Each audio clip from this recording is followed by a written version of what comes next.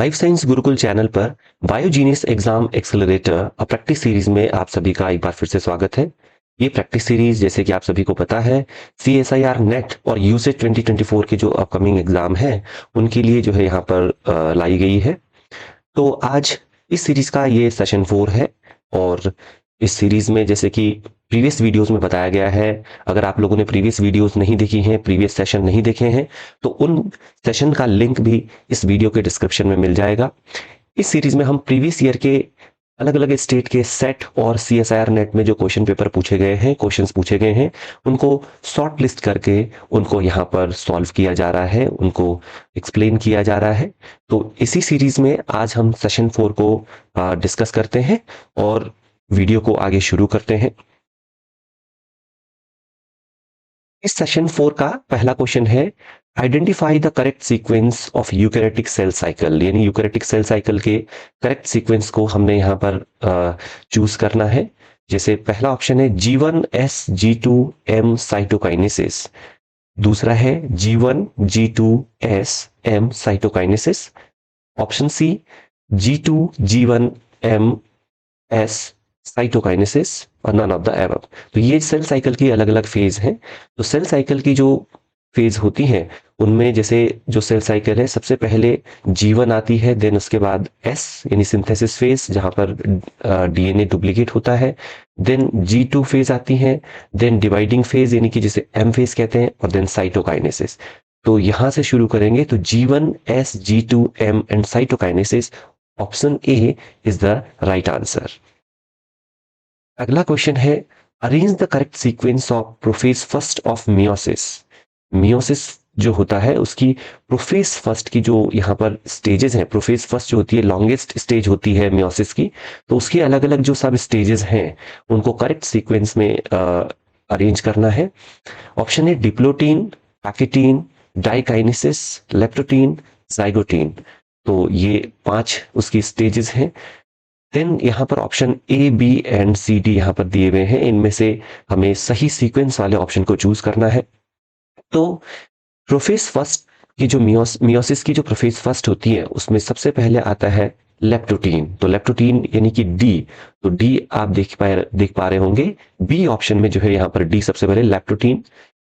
Then zygotene यानी कि then आ जाएगा दूसरे नंबर पर E जाइगोटीन।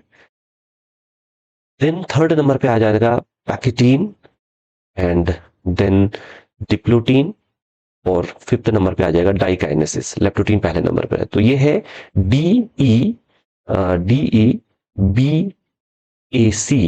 DEBAC। तो ऑप्शन जो यहाँ पर बी है वो इसके लिए करेक्ट आंसर होगा। नेक्स्ट क्वेश्चन है, the protein that inhibit the synthesis of RNA at specific gene are known as suppressor, terminator, repressor और ऑल ऑफ द एबव।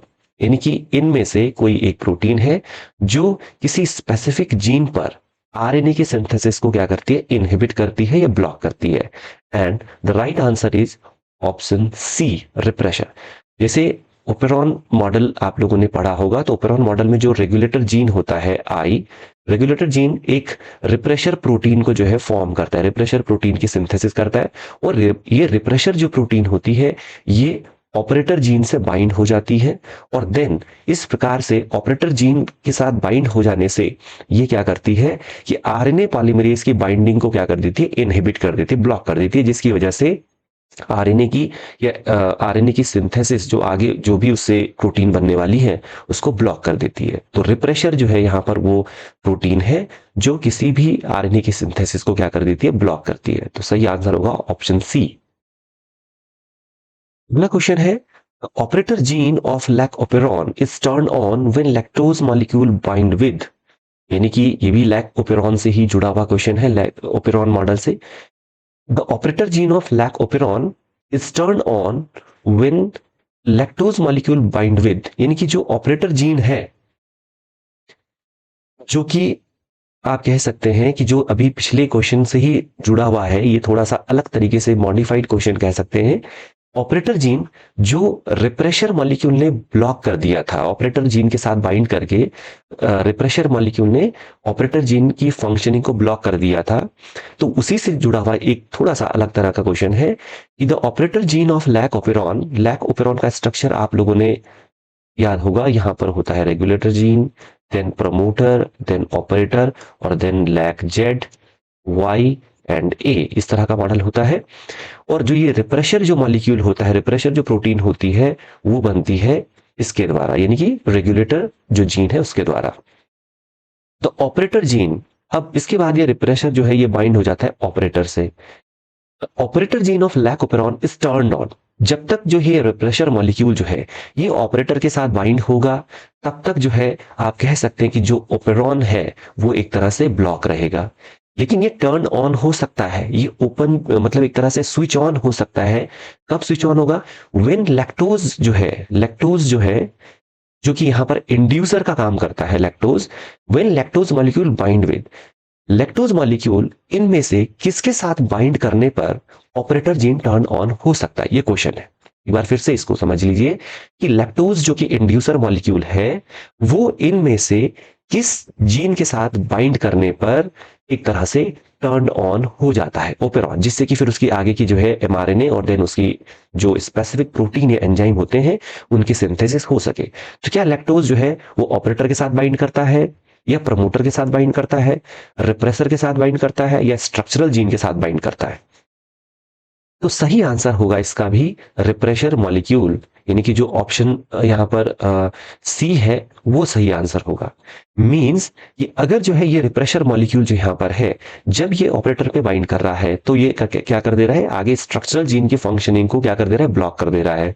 लेकिन अगर जो है इस मीडियम में हम लैक्टोज को इंट्रोड्यूस कर दें, तो लैक्टोज मॉलिक्यूल इस रिप्रेशर प्रोटीन के साथ बाइंड करके एक तरह से कह सकते हैं कि इसकी जो कन्फर्मेशनल जो कॉन्फ़िगरेशन है उसको चेंज कर देता है।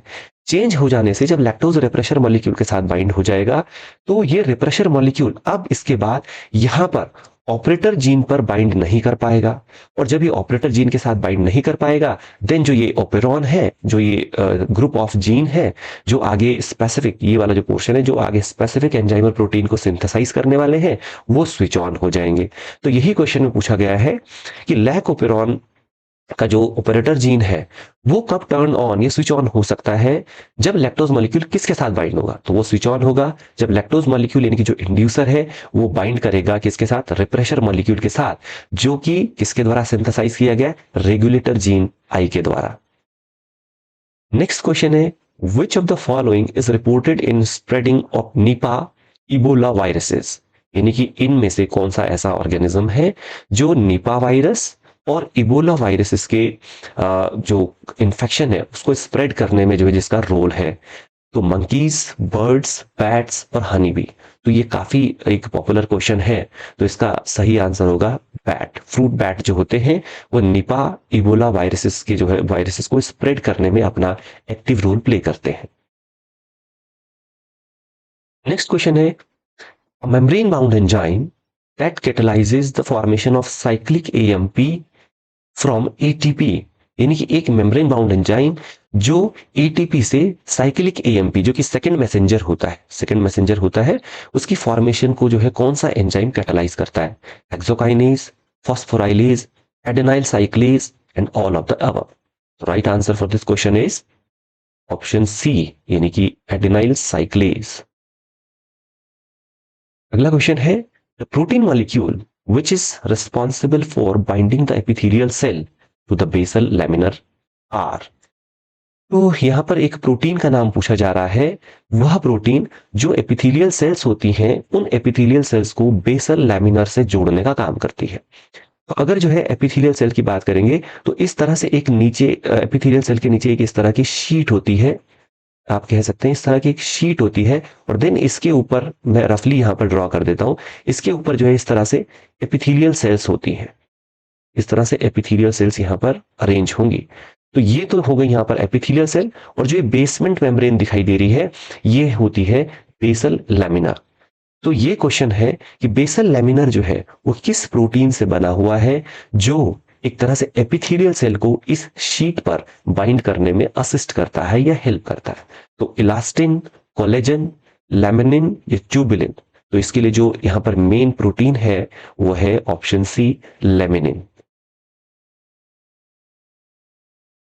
Desmosomes are cell junctions that provide strong adhesion between adjacent cell. Which one of the following protein is major component of desmosomes? तो डेस्मोसोम्स जो सेल जंक्शंस होते हैं, जो एडजेसेंट सेल्स होती हैं, पास की दो सेल्स होती हैं, उसके बीच में जो है उनको जोड़ने का काम करती है, एक जंक्शन फॉर्म करती है। तो पास की जो दो सेल्स होती हैं उसमें डेस्मोसोम जो है उनको एक तरह से स्ट्रॉन्ग एडिशन, एक मतलब उनको एक तरह से अगर सिंपल लैंग्वेज में कहा जाए तो उनको जोड़े रखने में, उनको चिपकाने में हेल्प करती है।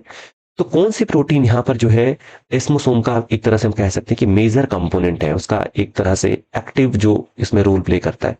Collagen, integrins, cadherins, all of the above. तो डेस्मोसोम का जो मेजर कंपोनेंट है वो है ऑप्शन सी, कैडहेरिन्स। ये प्रोटीन जो है डेस्मोसोम में आप कह सकते हैं कि एबंडेंट मिलता है, जो एक तरह से एडजेसेंट सेल को जो है एडिशन में हेल्प करता है, स्ट्रॉन्ग एडिशन प्रोवाइड करता है। नेक्स्ट क्वेश्चन है, द टर्म कार्सिनोमा एक प्रकार का कैंसर है, is applicable to malignant growth of. ये जो कार्सिनोमा टर्म है ये किस तरह की जो है सेल्स की मैलिग्नेंट ग्रोथ के लिए एक तरह से यूज किया जाता है? बोन सेल की मैलिग्नेंट ग्रोथ के लिए, बोन मैरो सेल की मैलिग्नेंट ग्रोथ के लिए, एपिथेलियल टिश्यूज के लिए, या none of the above.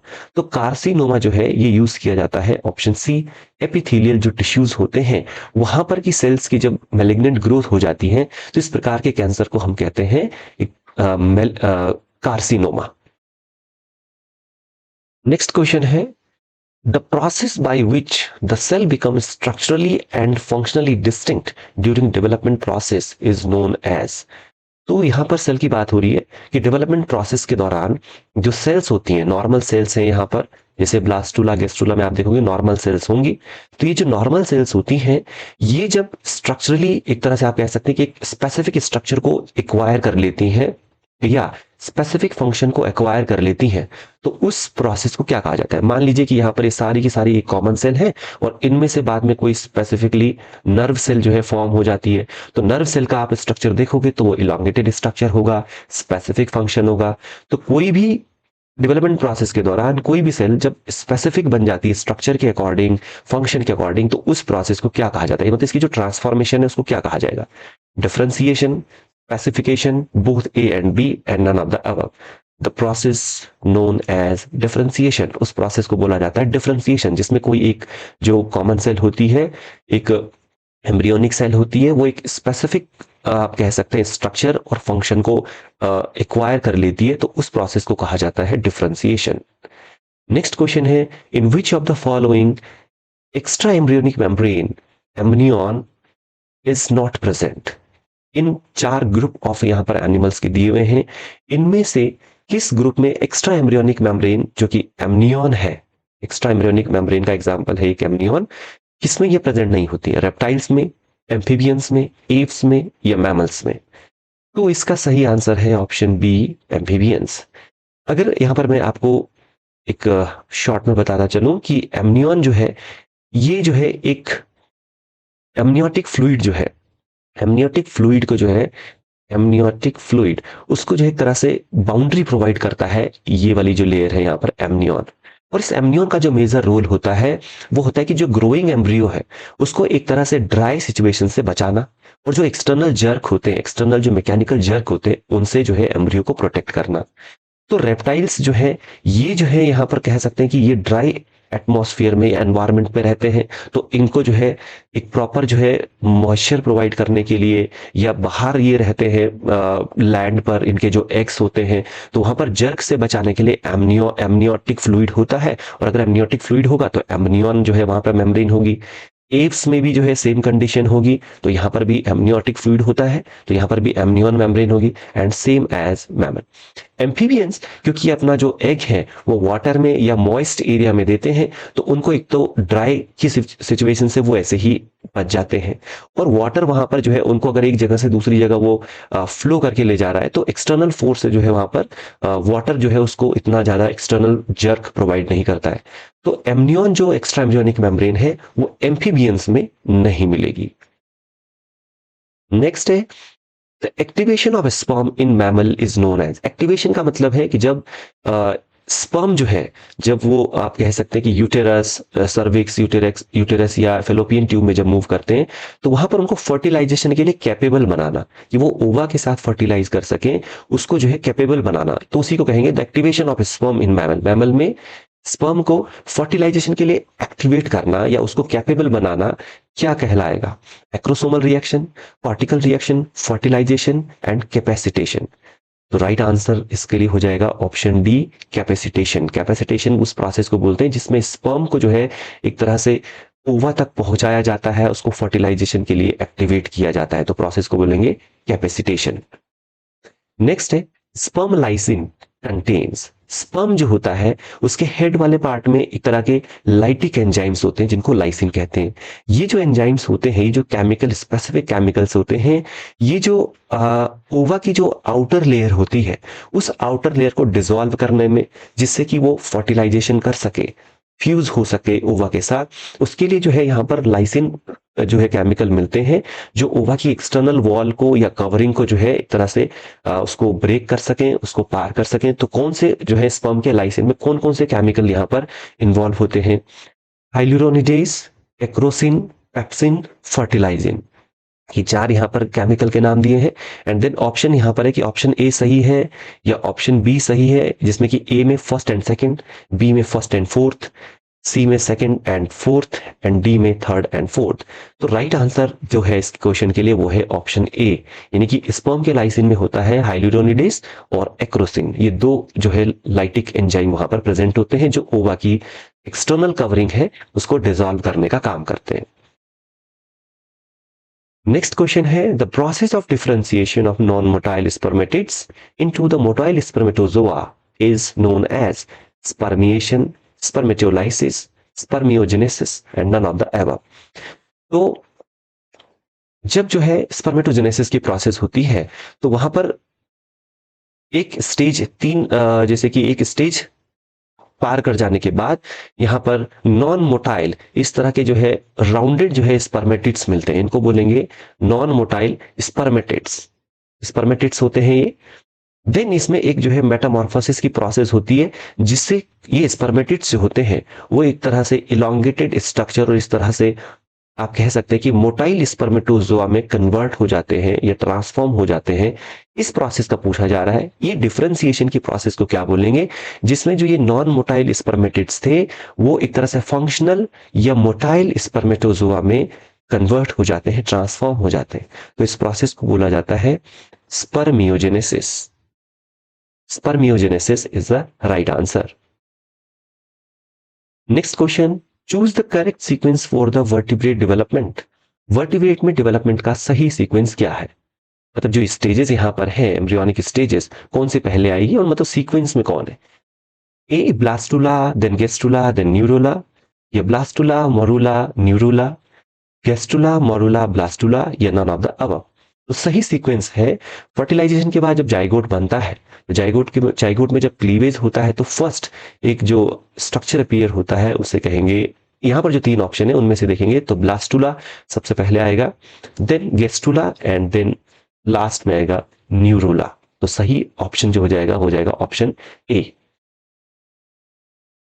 N operon consist of. Operon model काफी इंपॉर्टेंट है, इसलिए इससे रिलेटेड अलग अलग तरह के क्वेश्चंस हैं और काफी ज्यादा प्रोबेबिलिटी है कि कोई ना कोई क्वेश्चन जो है इसमें से एग्जाम में आ सकता है। तो ओपेरॉन जो मॉडल होता है उसमें कौन कौन सी चीजें, कौन कौन से कंपोनेंट्स उसमें होते हैं?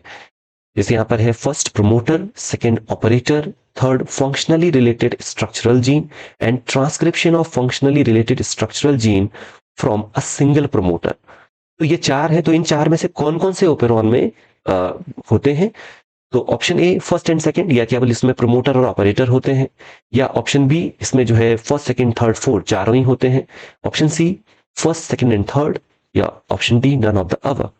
तो इसके लिए जो राइट आंसर है वो होगा ऑप्शन बी, यानी कि एक ओपेरॉन में प्रमोटर भी होता है, ऑपरेटर भी होता है, फंक्शनली स्ट्रक्चरल जीन भी होती है, और transcription of functionally related structural gene from a single promoter भी वहां पर होता है।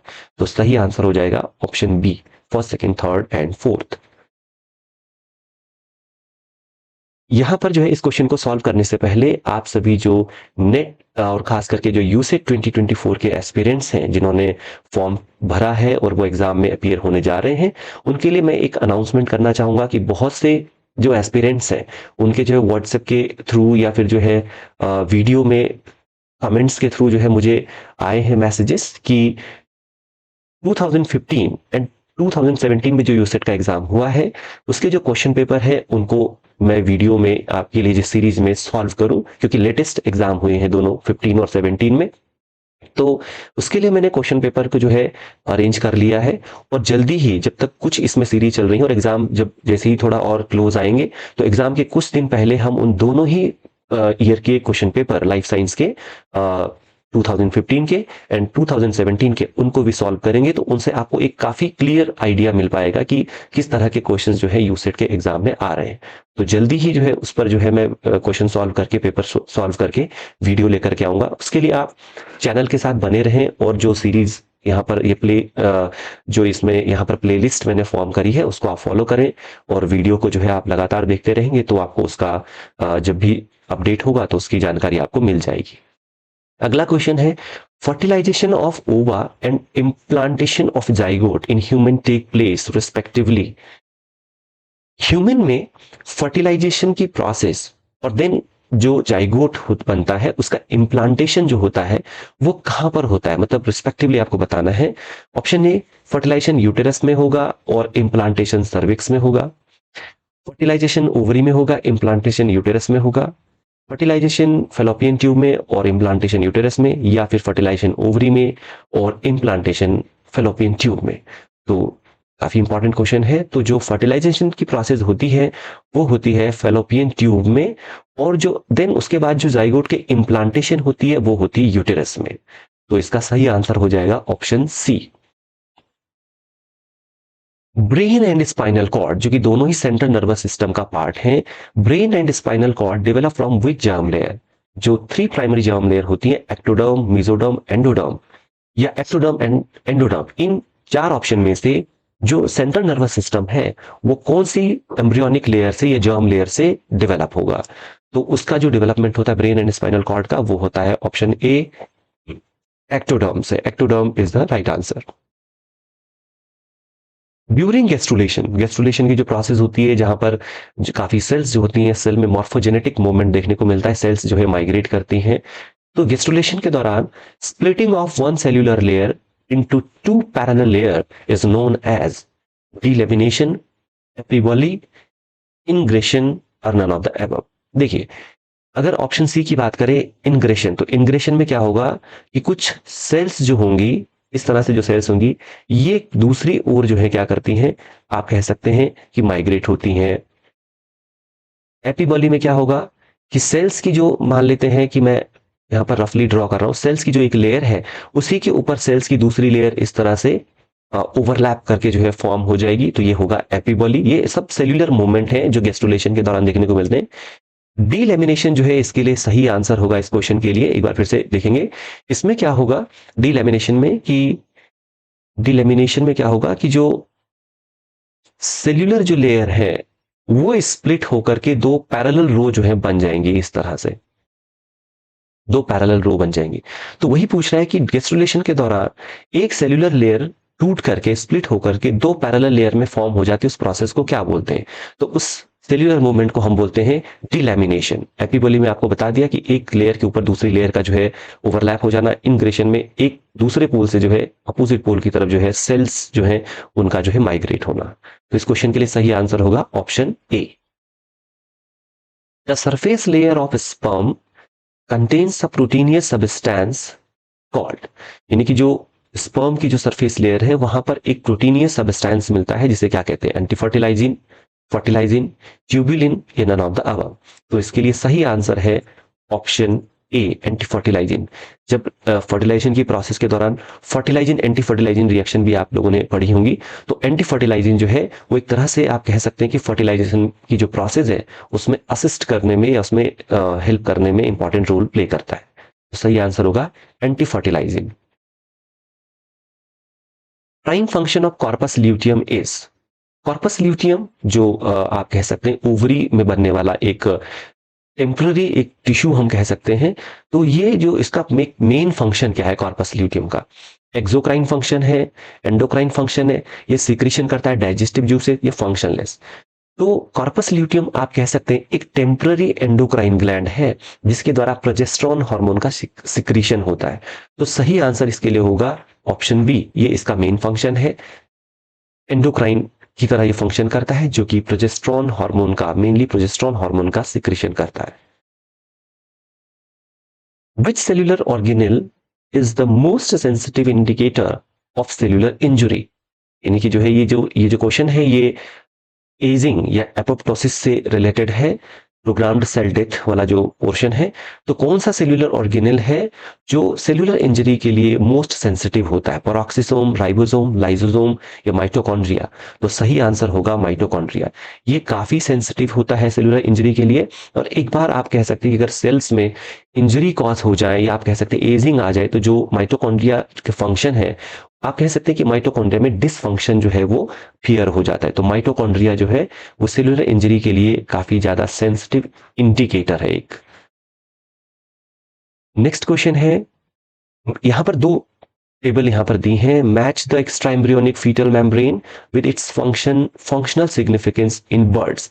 बर्ड्स में बताना है, जैसे एक लिस्ट वन में यहां पर आपको दिख रहा होगा एम्ब्रियोनिक मेम्ब्रेन है, amnion, chorion, yolk sac, allantois, और दूसरी तरफ जो उसका फंक्शन है। तो यहाँ पर ये कोड दिए हुए हैं, यानी कि option A B C D जो दिए हैं, इनमें से देखना है किसमें सही जो एक तरह से मैच कर रहा है। तो जैसे अभी पीछे भी ये डिस्कस हुआ था कि एमनियन का जो मेन फंक्शन होता है वो होता है ये, तो यहां पर आ जाएगा ए, प्रोटेक्शन अगेंस्ट मैकेनिकल शॉक, जो मतलब बाहरी झटके होते हैं उनसे बचाने का काम करता है एमनियन मेम्ब्रेन। तो ऑप्शन ए के लिए हो जाएगा सेकंड। तो ये काफी सिंपल ही क्वेश्चन है, बी वाला क्लियर ही हो जा रहा है इससे, क्योंकि ऑप्शन ए के लिए बी सेकंड केवल यहीं पर है। देन जो कोरियन होती है, जो कोरियन एक्स्ट्रा एम्ब्रियोनिक मेम्ब्रेन होती है, इसका मेन फंक्शन होता है absorption of water, albumin and gases exchange. अगर आप कह सकते हैं हो सके कि वहां पर ऑप्शन में वाटर एब्जॉर्प्शन ना हो, लेकिन गैस एक्सचेंज जो है ये मोस्ट इंपॉर्टेंट फंक्शन है। तो गैस एक्सचेंज आप कह सकते हैं ये कोरियन का एक इंपॉर्टेंट फंक्शन है। Then yolk sac, yolk sac की बात करेंगे तो यॉर्क सैक का सबसे जो प्राइम फंक्शन है, मेन इंपॉर्टेंट फंक्शन है, वो है न्यूट्रिशन प्रोवाइड करना। तो यॉर्क सैक के लिए हो जाएगा थर्ड, टी के लिए थर्ड हो जाएगा। एंड एलेंटॉइस जो है इसके लिए हो जाएगा एक्सक्रीशन, ये एक्सक्रीशन में रोल प्ले करता है। काफी इंपॉर्टेंट क्वेश्चन है। तो इस क्वेश्चन के लिए सही आंसर हो जाएगा ऑप्शन बी, यानी कि इस बी में जो है प्रॉपर मैच आपको दिख रहा है। ए के लिए एमनियन के लिए सेकंड ऑप्शन, यानी कि protection against mechanical shock. Chorion के लिए आप कह सकते हैं गैसियस एक्सचेंज या absorption of water. C yolk sac के लिए न्यूट्रिशन, एंड एलेंटॉइस के लिए एक्सक्रीशन। तो सही आंसर होगा ऑप्शन बी। नेक्स्ट क्वेश्चन है, अगेन यहां पर भी जो है दो कॉलम यहां पर दिए हुए हैं, match the components of lac operon. Lac operon का जो इकोलाई में जो लैकोपेरॉन का स्ट्रक्चर होता है, मॉडल है, उसके लिए जो है यहाँ पर column first and column second में दिया गया है। यानी कॉलम फर्स्ट में उसका जो कंपोनेंट्स होते हैं, लाइक कंपोनेंट्स में स्ट्रक्चरल जीन वहां पर होती है, ऑपरेटर जीन होती है, प्रमोटर होती है, रेगुलेटर जीन होती है। अगर मैं आपको यहाँ पर इसको बना करके भी दिखा दूं, तो ये जैसे मान लीजिए ये पोर्शन हो गया I, regulator, then promoter P, operator. तो ये वाला जो पूरा पोर्शन होता है ये वाला होता है रेगुलेटर वाला, और देन यहां पर लैक जेड, वाई एंड ए, ये जो पोर्शन है इतना, ये कहलाता है स्ट्रक्चरल पोर्शन या स्ट्रक्चरल जीन इनको बोलते हैं। तो इन प्रत्येक जीन का जो है यहाँ पर दूसरी तरफ जो है फंक्शन दिया हुआ है, तो हमने सही कॉम्बिनेशन जो है यहाँ पर आइडेंटिफाई करना है। तो जैसे अगर हम स्ट्रक्चरल जीन की बात करेंगे, पहले ऑप्शन मतलब पहले कॉलम में अगर देखेंगे पहले कंपोनेंट को स्ट्रक्चरल जीन, तो स्ट्रक्चरल जीन क्या काम करती है? तो binding sites for repressor protein, no, इस ये रिप्रेशर प्रोटीन के लिए बाइंडिंग साइट्स नहीं होती हैं। codes for a repressor protein, induce lactose transport from the medium, code for enzyme protein, binding sites of RNA polymerase। तो ऑप्शन यानी कि जो कॉलम ए में जो कंपोनेंट फर्स्ट है स्ट्रक्चरल जीन, उसका सही आंसर है यहाँ पर फोर्थ। ये क्या करता है, स्ट्रक्चरल जीन क्या करती हैं, ये जो यहाँ पर स्ट्रक्चरल पोर्शन है, ये एक तरह से आप कह सकते हैं कि एंजाइम को बनाने के लिए परमिएजेस, बीटा गैलेक्टोसाइडेज, इस तरह से जो एंजाइम है उनके लिए ये कोड करती है। तो ये सही आंसर हो जाएगा यहाँ पर, ए के लिए सही मैच हो जाएगा फोर्थ। दूसरा है ऑपरेटर जीन। ऑपरेटर जीन क्या काम करती है, binding sites for repressor protein. तो अभी पीछे मैंने एक बार बताया भी था कि जो यहाँ पर रेगुलेटर से जो रिप्रेशर प्रोटीन निकल आता है, सिंथेसाइज होता है, वो बाइंड करता है यहाँ पर ऑपरेटर पर। तो ऑपरेटर जीन क्या काम करती है, binding sites for repressor protein. तो इसके लिए सही आंसर हो जाएगा आपका पहला ही ऑप्शन फर्स्ट। प्रोमोटर जीन, जो प्रोमोटर जीन है यानी कि जो ये पी वाला साइट यहाँ पर है, पी जो जीन है प्रोमोटर जीन, ये क्या काम करती है, code for repressor protein no, induce lactose transport from the medium no, बचा हुआ है binding sites for RNA polymerase yes. इसके लिए दूसरे कॉलम से वी ऑप्शन सही है, यानी कि आप कह सकते हैं कि जो प्रोमोटर जीन होता है, यहां पर जो है इस प्रोमोटर पर जो आरएनए पॉलीमरेज होता है वो बाइंड करता है आगे जो है एमआरएनए की सिंथेसिस के लिए। एंड देन जो है रेगुलेटर जीन क्या काम करती है, यानी कि जो यहाँ पर ये आई है ये क्या काम करती है, तो आपको बताया था कोड्स फॉर रिप्रेशर प्रोटीन, ये क्या करती है, रिप्रेशर प्रोटीन को बनाती है जो कि बाइंड करती है ऑपरेटर पर। इसके लिए हो जाएगा ऑप्शन सेकंड सही यहाँ पर। तो यहाँ पर देखना है कॉम्बिनेशन, ए के लिए जो है फोर्थ वाला है, तो ए के लिए फोर्थ देखेंगे, ए के लिए फोर्थ यहाँ पर ऑप्शन डी में है। तो इवन ए के लिए फोर्थ केवल लास्ट वाले में है, तो बड़ा सिंपल ही है। हो सकता है कि जब अगर ये इस तरह के क्वेश्चन आए तो फोर्थ जो है वो और किसी में भी देखने को मिले, यहाँ पर ये बड़ा ही सिंपल है, तो इससे आसानी से आइडेंटिफाई हो जा रहा है कि ऑप्शन डी सही है। यानी कि ए के लिए फोर्थ, बी के लिए फर्स्ट, सी के लिए फिफ्थ एंड डी के लिए सेकंड। ये इंपॉर्टेंट नहीं कि आपको इस तरह का सीक्वेंस पता हो, ये बड़ा इंपॉर्टेंट है इस तरह के क्वेश्चन में कि आपके यहाँ पर जो चार ऑप्शन है, चार जो जीन यहाँ पर दिए हुए हैं, आपको प्रत्येक जीन का फंक्शन आपको मालूम हो, कौन सी जीन क्या काम करने वाली है। एक बार फिर से आपको मेमोराइज करा दूं, स्ट्रक्चरल जीन का जो रोल है वो एंजाइम को एक तरह से सिंथेसाइज करने के कोड बनाती है, यानी कि प्रोटीन बनाने का काम करती है। ऑपरेटर जीन जो है ये एक तरह से रिप्रेशर प्रोटीन मॉलिक्यूल को बाइंड करने के लिए बाइंड यहाँ पर होता है। प्रमोटर जीन जो है जिसको हम कहते हैं यहाँ पर जो पी से डिनोट किया हुआ है, इस पे आरएनए पॉलीमरेज जो है वो बाइंड करता है, और जो आई रेगुलेटर जीन है ये रिप्रेशर मॉलिक्यूल की सिंथेसिस करता है। तो ये इसके लिए सही आंसर हो जाएगा ऑप्शन डी। तो आज के वीडियो में, आज के सेशन में इतने ही क्वेश्चन है। अगले बहुत जल्दी ही जो है अगला फिफ्थ सेशन लेकर के आएंगे जो बेस्ड होगा प्लांट फिजियोलॉजी पर और एनिमल फिजियोलॉजी पर, जो कि बड़ा ही इंपॉर्टेंट एक तरह से कह सकते हैं कि पोर्शन है। आप सीरीज को फॉलो कर रहे होंगे और अपने साथियों के साथ भी शेयर करें, जिससे कि मैक्सिमम जो एस्पिरेंट्स हैं उनको बेनिफिट मिल पाए। जैसे कि मैंने वीडियो के बीच में बताया था कि जल्दी ही 2015 और 17 के क्वेश्चन पेपर को भी मैं सॉल्व करके इस सीरीज में इंक्लूड करूंगा। प्लेलिस्ट को आप फॉलो करें, चैनल को आप सब्सक्राइब कर लें, अपने साथियों के साथ शेयर करें। Thanks for watching.